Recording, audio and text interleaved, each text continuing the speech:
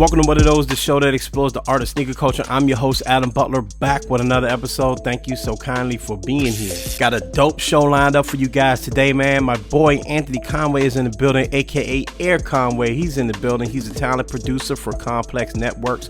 He works with full-size runs, sneaker battles, dope content, and of course he's an expert when it comes to sneakers. Look, we're going to talk about everything: sneaker media, wearing what you want, and we're also going to talk about some of the things he's picked up lately that I'm a little bit jealous of. So let's not waste any more time, man. Without further ado, my boy Anthony Conway. What's going on, bro?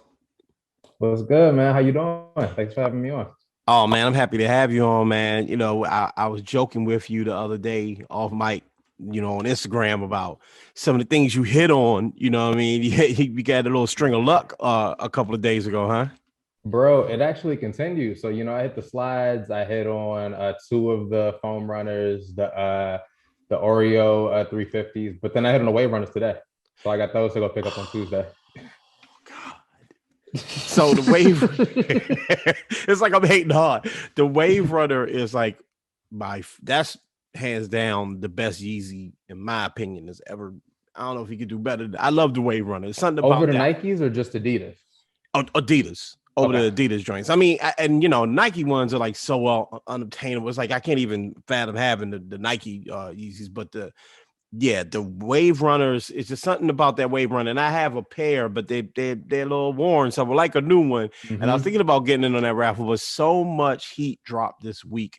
I hit on those Rebellionaires, which are really cool. Nice. I wanted those Airman. Just so much stuff hit this week, so I really, the Adidas stuff I missed out on, man. But I'm happy for you for hitting on all of that stuff. By the way, good Lord. Thank you very much. I still don't know what I'm gonna do with all of it. I'm not used to getting this many hits like in a row. I'm kind of used to it spacing out a little bit. So hitting on that many slides, on that many foam runners, and now two pair of sneakers coming out on top of it. Yeah, it's a lot. It's a lot to figure out. I'm saying, what size you wear in the foam runners though? What you want to do with those? So I'm definitely gonna keep at least one pair of them. Like I tried them on, and like when you first see them, it's just like, all right, like what am I doing with this shoe? Like, it looks ridiculous. Like I don't think I can pull this off. And then you try it on, and then it's like, all right, like let me put that aside. Like looks aside, how do I feel about this joint? Yeah. I could throw this on, go grab some groceries, run some errands or whatever. So I'm probably gonna make these work.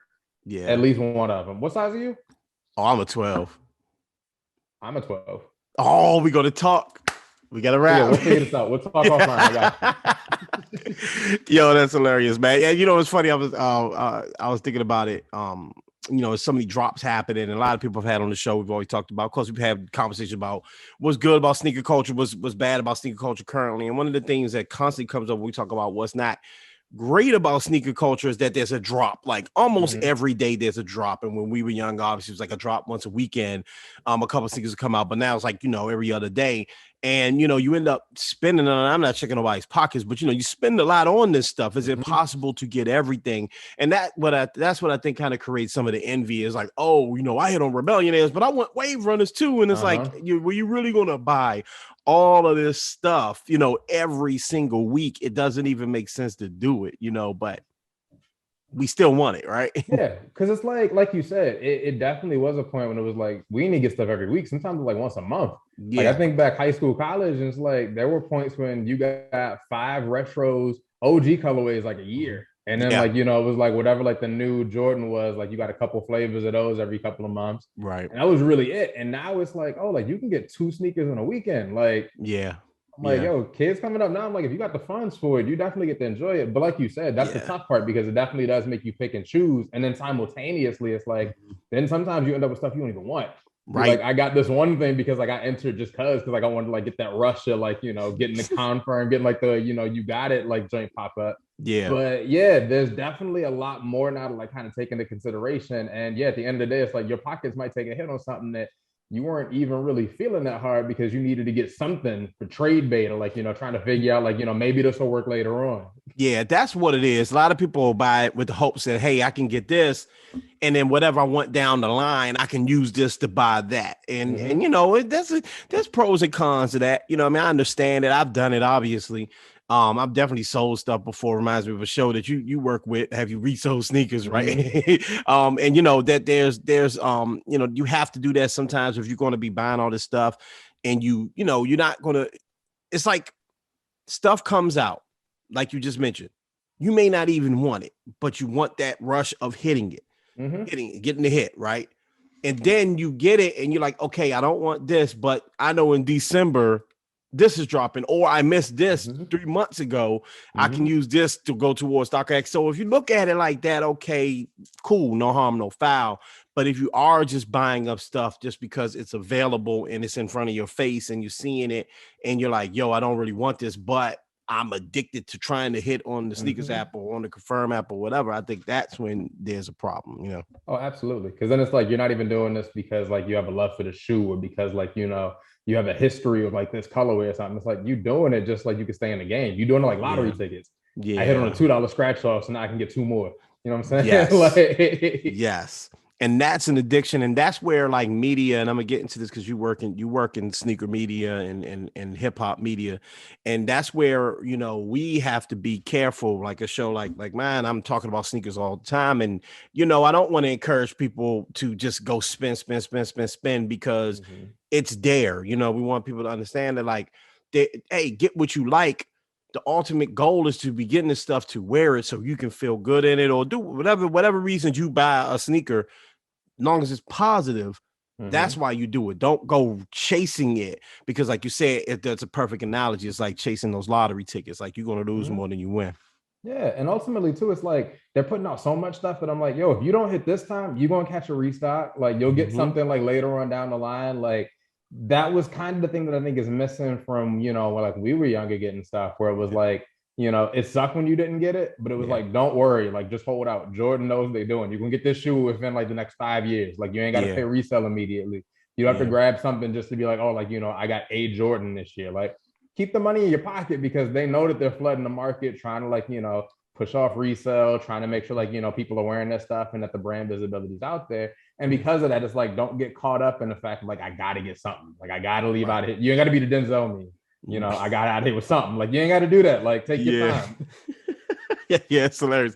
Yeah, that's facts. And you know, when we were younger, and if you think about it, you said 5 drops, maybe a year, big drops. There's always a sneaker or a tennis shoe out there that you can buy, right? But we would be happy if we got the phone positive of the year, and then you'd wear that thing. Like now, it's like, you know, with social media and so many people wanting to be influencers or show off what they got. It's like, well, I gotta wear a different sneaker every day, which means I have to have all, or you see the people who, more power to them. That's why I don't have like a sneaker wall behind me or anything like that, because like the mountains of sneakers can cause people to think like, well, if I don't have 400 pairs of sneakers or 5, or, you know, have 100 plus pairs of sneakers that I can put up on a wall, I'm not really a sneakerhead. I'm not really part of the game. And I think that's 100% false. Oh, completely. Because it's like at the end of the day, it's like your collection's your collection. What you think is hot might not be the same as somebody else's. You know, there's always going to be hype behind something. Like if you got on a pair of off-whites and somebody else, you know, got like whatever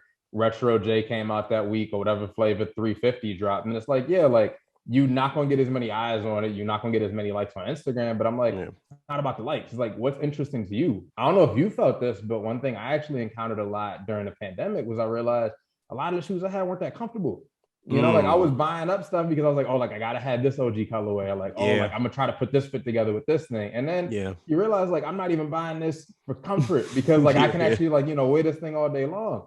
And it's like, nah, like you definitely got to put all of that in the perspective of like, you know, don't spend too much on it. It is something that really spoke to you that you were like, I really got to have these. And then ultimately I'm like, is it something that you could wear often? Something that like, you know, is comfortable enough to just like throw on whenever? Like, you know, you gotta really put the priorities into perspective there, because if they don't all really align, it's like what you're doing this for, just like, you know, impress somebody else.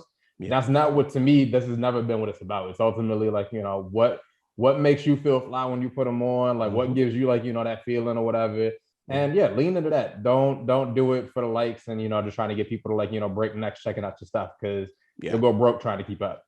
And and as I always say, all heat ain't hype, right? Because it's funny. I got, Travis Scott's all this stuff, crazy stuff. I wear it out. Yeah, if I'm at like Sneaker Con or some type of sneaker event, or if I'm around a bunch of people that know sneakers, they'll be like, "Oh, I know those are the If I'm walking around in just some Hirachis outside or some little Air Max that have nice colors on them or something like that, those are the ones. If this matters to you, those are the ones that people go, "Oh, what are those? Where'd you get those from? I like those. Those are cute. Those are nice. Those are blah blah blah." And I always find that funny because I don't get that when I have my Travs on or my OG ones or the OG cut these grails that we've been searching for. It's wild. You know what I mean? I did get that with the Wave Runners though. It's like with certain shoes, like Wave Runners, like they're flashy, they're interesting enough that definitely they'll break some necks to get people thinking. But like you said, it's like it's gonna be that random GR pair of Air Max 95s that you had on that somebody's gonna look at and be like, "Oh, them joints look comfortable. They look kind of fly. Like they look like something I could put on." Like nobody is checking for your tier 0 keys that you either got off StockX or you got to enter in multiple raffles. Nah, you definitely got to wear what you like, and you got to put on things that are comfortable, that make sense for you. You got to do a few. At the end of the day, I'm like, do not put on a pair of sneakers trying to impress other people. You can't win that game. Yeah, definitely. So let's talk about the work that you do with Complex and other brands, just so to tell the audience about some of the stuff that you do. For sure. So I am the talent producer for Complex Networks. So under that, I touch a couple of different verticals with us. I work under some of the brand partnership stuff that we do. I work with our internal hosts on different campaigns and different opportunities that they have.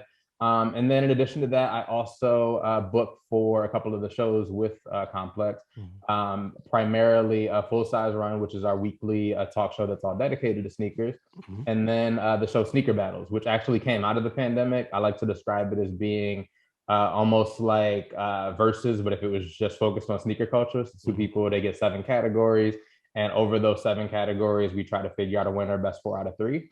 And we've actually now, pivoted to doing it in person in our studio in New York. So all of those episodes air monthly. It's really determined on talent schedule and availability. But it's a really fun show. So I got lucky, I've been into sneakers a really, really long time. And I've been talent booking for a good 5 years or so. And kind of found this one thing that kind of brings the 2 of them together. So man, it's a fun opportunity. That's the dope thing about the culture right now, is that there's opportunities for people to share their love for it, to share their understanding of it. I had Jaleesa on from Sneaker Hunters on some couple weeks ago, and I thought her story was amazing because she's just somebody that was customizing sneakers, doing thing, and all of a sudden now she's on a big platform helping people do what she does, which is hunt for sneakers, which is fun. You know what I mean? Full Size Run is a show that I've been into for a while. Shout outs to Welty Dunn and Trinidad, and speaking about just like how they even look at it, right? Like you've got like Welty, who's a New Balance guy and an A6 guy and this, that, and another. You got Trinidad, who's the hype of all hype, and you got like Dunn in there. He's like Reebok. Bach boys, you know what I mean? And so I always thought that was I always kind of appreciated how that show went. And I think it's really cool that you are have an opportunity to have your passion, display it in a different way and work with it in a different way, and frankly make money off of your passion. I think that's pretty cool. It's definitely it's a unique spot, right? And like you said, sneakers weren't always a commodity. They weren't always something that people were looking at as valuable, either monetary, with the actual shoe itself, or with I guess the culture that kind of surrounds it as well. So the really cool thing about it is there's finally a space where people are starting to recognize that there's a really interesting subculture here. People are looking at it almost like they do handbags, where it's like a big accessory and a thing that kind of pops out of what you're wearing. And on top of it too, there's so many people that have so many stories from over the years. And it's really nice to kind of give a platform to people like Chris Gibbs over at Union, who can then come in and tell us his story and tell us about how he got into sneakers, how he got the opportunity to design for all these brands. It's really nice that we have this dope platform that gives a voice to all of those people, while simultaneously we get to talk about the fun stuff of it, like we are right now, what's hot, what's interesting, what we wearing, all of that. Yeah. And as the culture grows and there's shows about the culture on all sorts of platforms, podcasts all over the place. You know, this platform's on Fox, you working with Complex. We're talking about big platforms, right? Where people are starting. ESPN had, I don't know if they still do, but they had like a paywall, like there was like a paywall article for like sneakers and stuff like that. The sneaker culture is growing. That's basically what I'm saying. But how do you think that is starting to hit? Like there's maybe a bubble for it. Like how far can this thing go? That's a great question. I think that, the fun thing about sneakers was that not everybody was hip to it, right? Yeah. So there was definitely like, it was a subculture where it's like, if you were into it, if you knew about it, great. And there weren't a lot of websites that were dedicated to it. It went from literally being you had to just walk into the store and like, hope the thing that you were interested in was sitting up on the wall to, following like, the websites like 23 is back and like, keeping up with the release dates. So now like it's all over your social media, like you can't get away from it. And I think that once things do get to that point, it's like, there's nowhere for anything to go once it's that high butt down. Right. But I think that the interesting thing that a lot of the brands are starting to, kind of figure out and deal with now is, we spend money differently. We think about, what we put on our feet differently. The world is very different. And I think that we're starting to see, how they're captivating the audience and how they're like, making their money differently. I think the Rebellioners is a great example of that, right? Where it's like a pair of sneakers, mad hype, was not available on sneakers, but there were dozens of ways to get it, either through your direct community or by like, just putting the work in to figure out how you could get it elsewhere. And that I think, for us specifically, like, that brings us back to like, like where we were when we had to like, drive around trying to get lucky, getting the thing at like, that one shop. Or like, it brings in like, like the new chapter, like, these guys who, they're used to doing things on social. They're used to entering the raffles. They're used to putting in like the work digitally. It's interesting to like, it's creating like a different landscape there. I do think that, they're going to have to continue to evolve because you can't keep up with like, inflation and also like, putting out this amount of product. But I think that if they continue to finding ways to tell stories and they keep finding ways to keep people interested and they keep finding ways to block bots and like, keep people shut out of this that are just trying to, get their own financial gain. I think it'll always live on and just continue to evolve. Whether it'll stay this big or not, that's another question. But I think that it will continue to like, at least ride the wave. Yeah, it's not going to go anywhere. A lot of people talking about it was dying. I don't believe that. I do think that it may be, reaching a peak of popularity and it can't help but to kind of go back down. But that's just balancing out, in my opinion. And I see that because of some of the brands that are popular and some of the models and silhouettes that are popular, more earth tones, things like that, right? Which means like the crazy, super hype, crazy looking sneaker is not that. It's like it filters out. Like the people that are really just in the sneakers for comfort, for style, for whatever, are saying, well, give me the comfortable sneaker. Give me the sneaker that looks different. Give me the sneaker that I can wear with this, that, and another. And the hyped up stuff is going to the quote unquote hype beast. And you're seeing that stuff is just kind of sitting on StockX. Nobody really wants it. But, that New Balance is selling out, which is interesting. And I think that's just people being creative. That's sneakerheads and people that are in the sneaker culture, hip hop culture, being the artists that they are, being the creatives that they are, and saying, you know what? Yeah, you can have that. They're mad great. You can have that. I'm gonna make this Reebok work. I'm gonna make this smaller brand work because that's what we've always done. You talk about going in those stores back in the day. That was us being creative. We weren't always able to get like the crazy SB or whatever was popular, the Jordan, whatever was popular. We had to make, whatever, name that lesser brand at the time or lesser model. We had to make that work because we had to be cool enough to do it. You know what I mean? And that's what I think is going back to.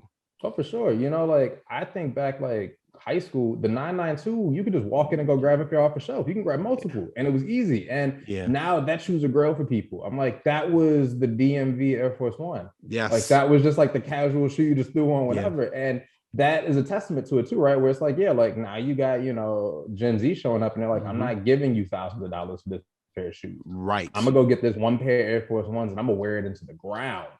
And I might even wear it with a StockX tag on it. And I'm gonna rock this joint till it's toast. And it's like, my generation would never do that. Like, if anything, we like, once the joints crease, we like, oh, like they kind of busted. Like you could put a force field in there, do the iron trick with like, like the wet towel and like, try to bring them back to life a little bit. But there's definitely a generation now that's like, I will take what I can get my hands on that won't put me in debt and I'll make this work because you're basically saying like, these are your options. It's like, well, I'm going to take the cheapest, the most affordable one. Yep. And I'm going to make that something that, like, you know, I can make work for me. And to me, honestly, I'm like, that's dope. Because that was a very similar thing, like you just said, like that's where we came up to, where it was like a pair of 992s were there, great. I'm gonna freak these and make them into something. If I get the opportunity to get, like, you know, my money up and get a pair of Nike boots, I'm gonna rock these joints like from fall all the way until spring. Like, yeah, there's nothing wrong with taking that GR and really making it work for you. And I think that it's cool that we got a new generation of kids that are like, yeah, we're gonna do the exact same thing that y'all did on our own terms, and we're gonna spend the money that makes it, you know, make it work for us. And the brands got to take notice and they got to step up and act accordingly. Very good, man. Thank you so much for joining me. I really appreciate you. Let's definitely do this again, man, because you the type I can just have great conversation with, man. Man, whenever you get the opportunity and you got a hold of it, you let me know. I'm happy to jump on. I appreciate the opportunity. This was fun. Appreciate you, bro. Big shout outs to Anthony for joining the show, man. Big shout outs to you for tuning in. As always, man, I appreciate you guys. Remember, wear what you want. All heat ain't hype. Do your thing. It's the spring, so it's getting warm outside. Go out and rock those sneakers, man, and enjoy life. All right. Mind your mental health. Mind your physical health. All right. And please, please, please continue. And never forget to be great. I'm up out of here.